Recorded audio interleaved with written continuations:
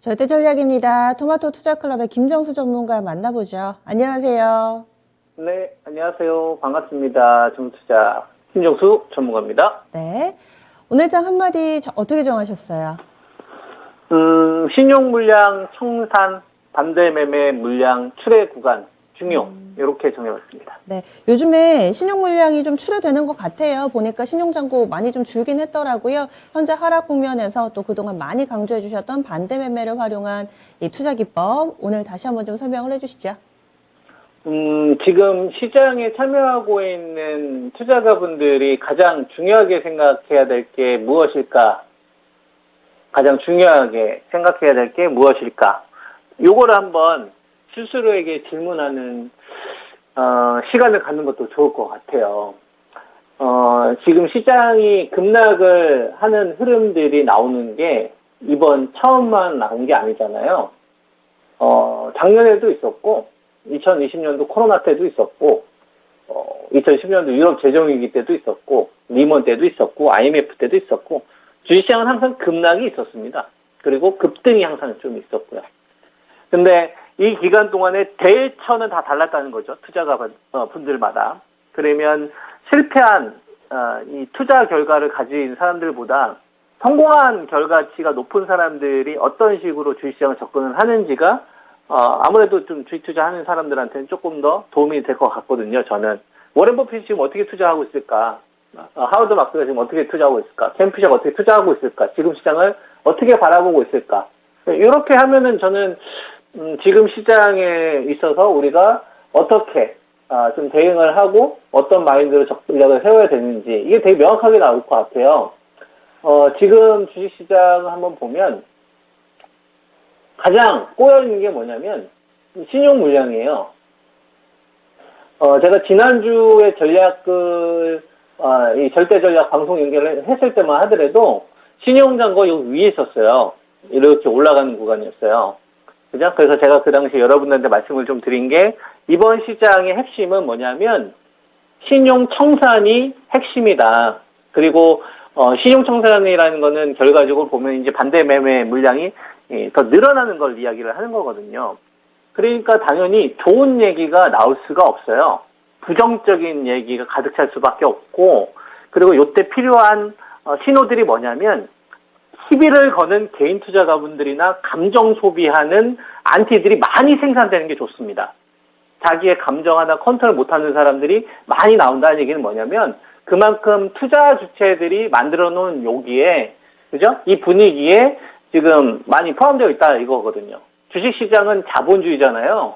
그러면 돈의 논리로 접근을 해야 되는데 감정을 가지고 이야기하는 사람들이 많다는 얘기는 뭐냐면 지금 내가 가지고 있는 주식에 대해서 분명히 뒤에 기업이 있는데 기업을 다 빼고 이 결과만 가지고서 이야기하려는 사람들이 많다는 얘기는 제일 중요한 걸 놓치고 있으니까 이 방송을 보시는 분들은 뭐 제 스타일 알잖아요. 우리는 그 사람들과 정반대로 하자 이거예요. 감정을 소비할 때 돈의 논리로 주식을 바라보는 거고 꼭지에 따라갈 때 우리는 기다렸다가 좋은 기업을 그냥 싸게 사는 거고 평균 단가를 낮출 수 있는 기회가 주는지 요거에 대한 우리가 어떤 기준만 세우면 된다 이거죠. 요게 저는 성공 투자로 가는 데 있어서 되게 중요한 것 같아요. 지금 시장을. 그죠? 그래서 지금 종합주가지수의 어떤 시장 상황을 보면 저는 되게 설레입니다. 이번과 같은 하락 흐름이 나오면서 신용 물량이나 반대 매매가 나온 다음에 그 다음에 어떤 시장이 펼쳐질까? 이게 되게 이거 생각하면 되게 저는 설레거든요. 그럼 어떤 주식을 내가 이번 구간에 적극적으로 평균 단가를 낮추거나 아니면 공격적으로 비중을 늘려야 될까? 이 기준만 있으면 되지 않을까요? 그래서 그 기준의 잣대를 여러분들에게 제시해드리는 게 2830이에요. 2830 코스피 지수. 2830이라는 숫자는 3000대도 나왔던 숫자고요. 그리고 지금 오늘 종합주가지수가 2740까지 떨어지잖아요. 그러면 저의 입장에서는 2740을 얘기하는 게 유리하지 않겠습니까? 근데 이걸 얘기 안 한단 말이에요. 그래서 2830이 더 중요하다고 생각해요. 이게 2014년도 밸류니까. 이 가격 이하에서는 그냥 싼 거예요. 근데 이 구간을 구성하고 있는 것이 평균치잖아요. 평균치. IT 반도체, 그 다음에 뭐 자동차, 배터리, 그 다음에 언택트, 게임주, 바이오 제약, 그 다음에 음식료, 중국 소비, 화학, 철강. 이건 평균치란 말이에요. 그러면 2830에서 우선순위를 이 평균치로 구성된 2830에서 우선순위를 누구 먼저 살 것이냐 이걸 고려하는 게 낫겠죠. 그러면 아무래도 신용 물량이 청산 안 된 애들보다는 신용 물량이 청산된 애들이 좋은 거고 반대 매매가 적게 나온 주식들보다는 반대 매매가 높게 나오는 주식들이 좋은 거고 그죠? 그 다음에 사람들이 꼭지에서 물려있는 주식들이 강제로 매도될 수밖에 없는 이런 포지션이 있는 주식들을 저가에 줍줍하면 되지 않겠느냐가 제 심플한 전략인 겁니다. 왜냐하면 이러한 확신을 가지고 여러분들한테 말씀을 좀 드릴 수 있는 건 뭐냐면 저는 IT 반도체 못 죽인다고 생각해요. 앞으로 우리가 살아가는 시대에. 그리고 자동차 배터리 있잖아요. 이거 자율주행으로 가는데 이 산업 못 죽인다고 생각해요. 그리고 세 번째, 언택트, 그 다음에 뭐 게임, 이 산업, 그 다음에 언택트 게임, 그 다음에, 엔터주, 그죠? OTT. 그죠? 이런 거 저는 산업 못 죽인다고 생각합니다. 계속 우리나라 산업에 리드할 수 있다고 보고 있고요. 그 다음에 뭐 다음 정권에서도 마찬가지고 이번에 우리가 코로나 워낙 고생을 많이 했기 때문에 이 바이오 제약도 못 죽여요. 그러니까 얘네들은 뭐냐면 계속 산업을 이끌 수 있는 주체라고 보는 거예요. 그럼 뭐예요? 싸게 사면 되는 거예요.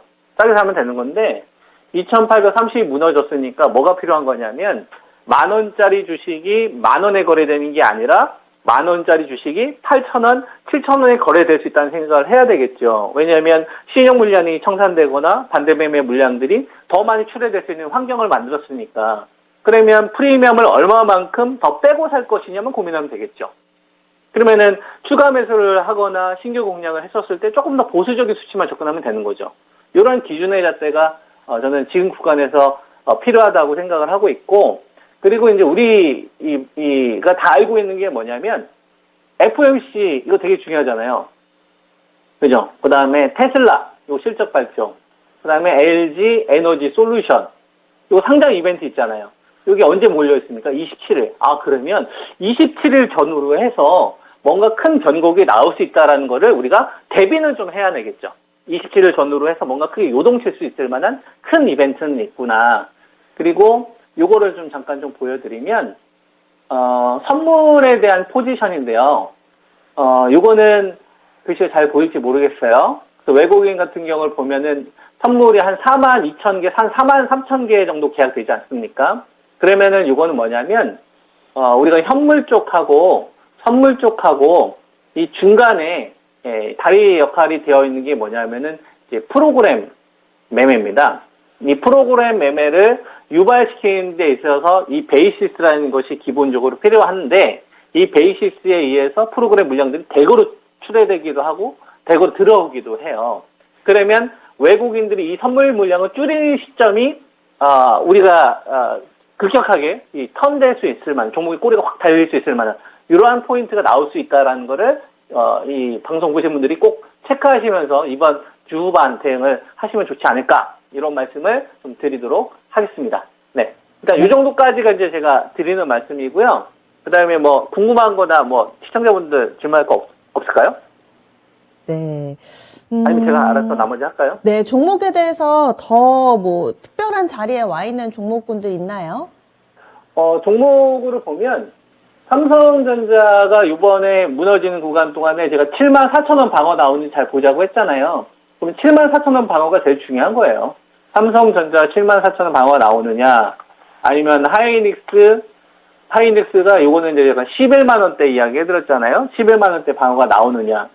요게 살아있으면은 지수는 저는, 이 추세하라고 가지는 못하고, 이 박스권의 이 밴드가 우리가 생각했던 것보다 조금 더 이제 톤 다운된다. 이 정도만 이제 보면 될 것 같고요. 그리고 삼성전자하고 이제 하이닉스하고 같이 우리가 또 봐야 될 게 뭐가 있냐면 LG전자 같은 애들이 있겠죠. LG전자 같은 경우도 요건 이제 11만원대 오면 다시 사야 된다고 보고 있고, 삼성전기는 16만원대 오면은 사자라는 말씀을 좀 드리고 있습니다. 이 말씀을 좀 드리고 있고요. 그 다음에 언택트들도 우리가 한번 잘 생각 한번 해보면 지금 그동안 제가 네이버하고 카카오 가격대 이야기 해드렸지 않습니까? 네이버 같은 경우는 지금 30만원대 깨지는 걸 좀 기다리자는 말씀을 좀 드렸는데, 요거는 제가 40만원대 초반부터 이야기를 한 거 아닙니까? 그럼 이런 폭락을 피한 다음에 기다리고 있는 전략이 중요하다라고 말씀을 좀 드리는 거고요. 카카오 같은 경우도 보면 이거 13만원, 12만원대 가지고 있는 사람들하고 지금 9만원 깨져가지고 분할매수 하는 사람하고 전략이 똑같을 수가 있겠습니까? 이거는 그냥 사야 된다라고 좀 보고 있고, 저점을 맞추려고 하는 순간 기회는 놓칠 수 있습니다. 그냥 분할 매수를 어떻게 잘할 것이냐, 단가를 얼마 정도 맞추면 될 것이냐, 이런 걸 고민하는 게 100배, 1000배 낫고요. 그 다음에 게임주 가운데서는 NC소프트, 이 가격 저는 좋다라고 보고 있고, 그 다음에 이제 카카오 게임즈 같은 경우는 제가 이제 63,000원대? 이렇게 이야기 해드렸잖아요. 요거 이야기 해드렸고, 배터리는 제가 가격 많이 이야기 해드렸는데, 자동차 여러분들이 가격 기억하세요? 현대차? 예, 이거는 제가 먹을 거 별로 없으니까 20만원대 하지 마시고 17만 2천원 올 때까지 계속 기다리자. 롯데케미칼 이거 기억하십니까? 17만 2천원까지 기다리자. 이거 한 5, 6만원대부터 이야기 했던 것 같아요. 그래서 포스코도 이야기 했었구나. 그죠? 포스코는 23만원대. 그죠? 23만원까지 기다리자. 이 가격대까지 얘네들은 안 하는 거예요. 그리고 가격이 온 거는 뭐만 해야 되냐면 엔터주가 아직 가격이 들어왔구나. 그 게임주하고 플랫폼, 언택트 해야 되는 거고, 배터리는 제가 그동안 제시했던 가격대 유지하시면 되는 거고, 바이오는 삼성 바이오로직스하고 SK 바이오사이언스, 얘네들 먼저 이 반등 포인트가 스타트가 돼야 된다. 이 전략을 그대로 유지하시면 될 것 같습니다. 네. 네, 알겠습니다. 말씀 고맙습니다. 네, 감사합니다. 네.